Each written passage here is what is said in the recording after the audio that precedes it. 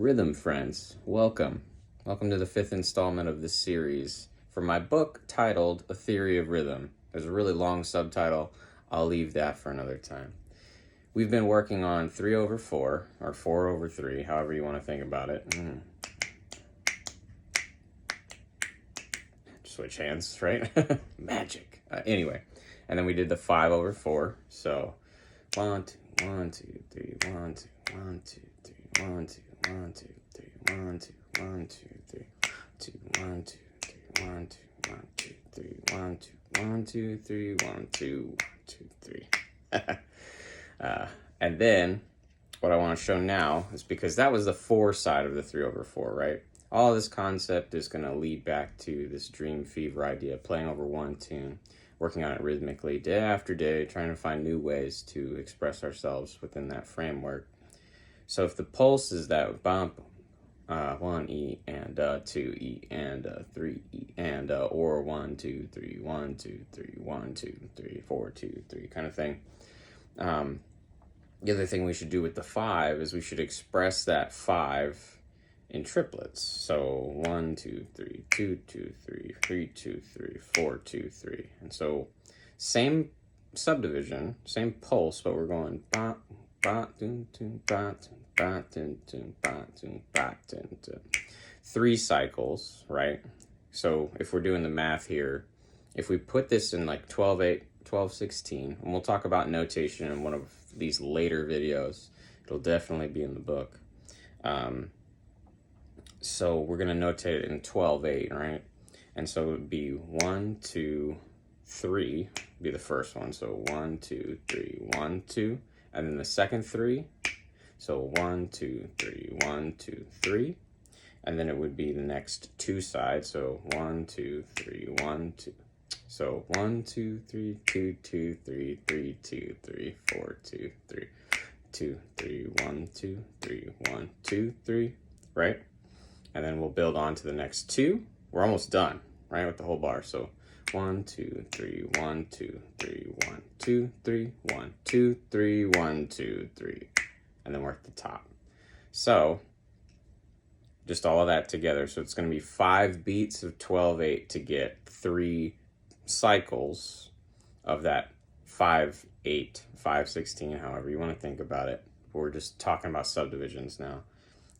So 1 2 3 1 2 3 1 2 3 1 2 3 1 2 3, and then back at the top. The really nice thing there is, like, basically you're just moving to the last partial of the beat. So 1 2 3 twice, the second partial twice, and then you're going to end up on a downbeat back to the top, right? So 1 2 3 1 2 3 1 2 3 2 3 1 2 3 top. So in the spirit of the last video, we want to also do that in 5. So in the 5, 1 2 1 2 3 1 2 1 2 3 1 2 1 2 3. This actually feels kind of great in the 5 when you put the 3 over that. So it's going to be on the 1, the first one obviously, and then on the 2 of the 3. So 1 2 1 2 3, and then on the 2 of the first beat. So 1 2 1 2 3 1 2 1 2, and then the 3 of that. 1 2 1 2 3 1 2 1 2 3 2 1 2 3, and then on the last long beat. So that together, we're going to do it 3 times without it, and then we'll put it in. So 1 2 1 2 3 1 2 1 2 3 1 2 1 2 3 1 2 1 2 3 1 2 1 2 3 1 2 1 2 3.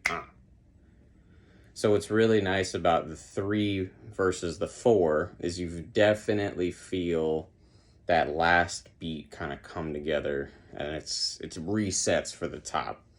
And it's cool because there's kind of 2 pattern going on. And so the other thing that you can work on when you're working on this stuff, and this is also kind of the later chapters of the book, is working on these polyrhythms, but you're going to start on a different partial with the polyrhythm, but maintain the downbeat.